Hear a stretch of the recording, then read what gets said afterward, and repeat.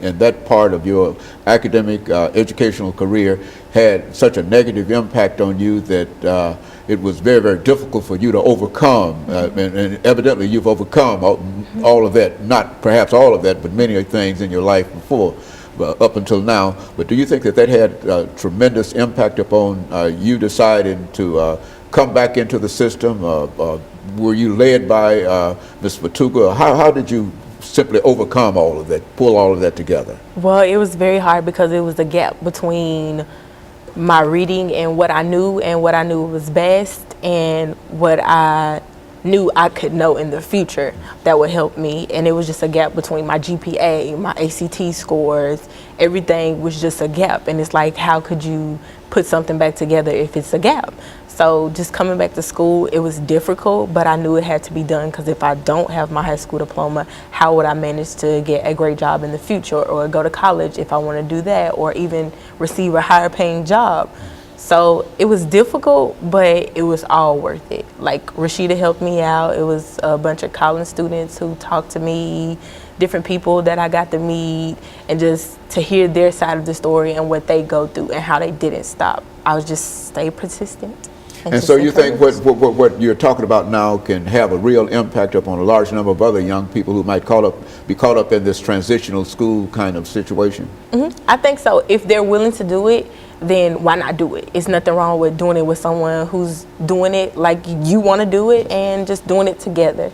So I think it will have an impact on them. But if you're not determined, if you're going to play around, those are not the people we're looking for. We're looking for people who's really willing to set their bars and do better in life. So that's the name of the program, Set Your Bars. In other words, determine where you want to go and what you want to do. Is that what we're saying here? Yes, sir. Where you want to go and where you want to be in life. How you want to be viewed versus how someone views you. Pastor Walker, and I think we've got about 3 minutes before we end this show for today. But in a real sense, I think that this program, if replicated generally throughout the metropolitan system and everywhere else, would have a very, very positive impact upon many of our young people. Would you say that from what you know about what they are doing? Well, I know for sure that the impact that it may have had on her, and her ability, her resilience to bounce back from it all is not something that you may find in a lot of the students, you know, that they're going through this and experience this thing right here. Fortunately for her, she has that within herself, and then she had a support system around her to help her to be able to navigate her way through this.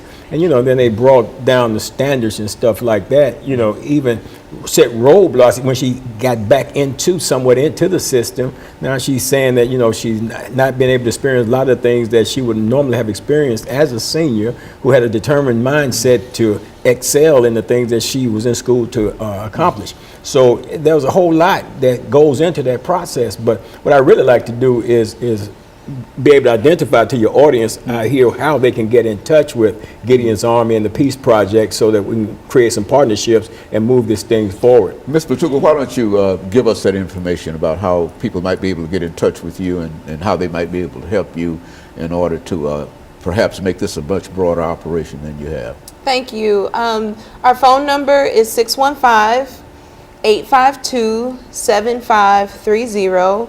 And our email address is onearmyunited, that's ONE, armyunited@gmail.com. And so they can get in touch with you, and you've got some information that you can send out to them and sort of encourage them to do other things. Is that what you're saying? Yes, we have got work. We are going to, if you call us, we are going to put you to work. There are so many things to do, from voter registration to volunteering with young people to hosting events. I mean, there's so many different things that can be done. So, Pastor, final comments. You know, and we need that help. We need that help. We need it from people who have children in the school system who are experiencing that. We need that help from people that have children in the school system who are not experiencing that. We need voices from both sides of this thing, because this is so important, because it's affecting our children, and if it affects our children, it's going to affect the whole of society, because after all, we're saying that the children are our future. So if the children are our future, seem like we will want to be actively involved in nourishing our future so that we can have a hope. So I'm encouraging people to get involved. Call the number. You know, get involved with Gideon's Army, and let's make a difference. Let's do something instead of just sitting around complaining and talking about our youth. I mean, our youth are caught up in the school system, man. They're putting them on all kind of ADHD medication. Dr. Haney, when I was an intravenous drug user in the prison system, I used to shoot Ritalin.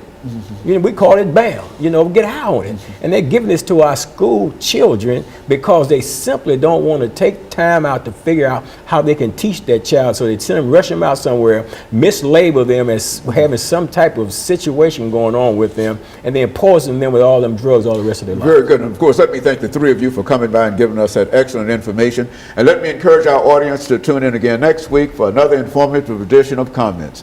Thank you and good morning.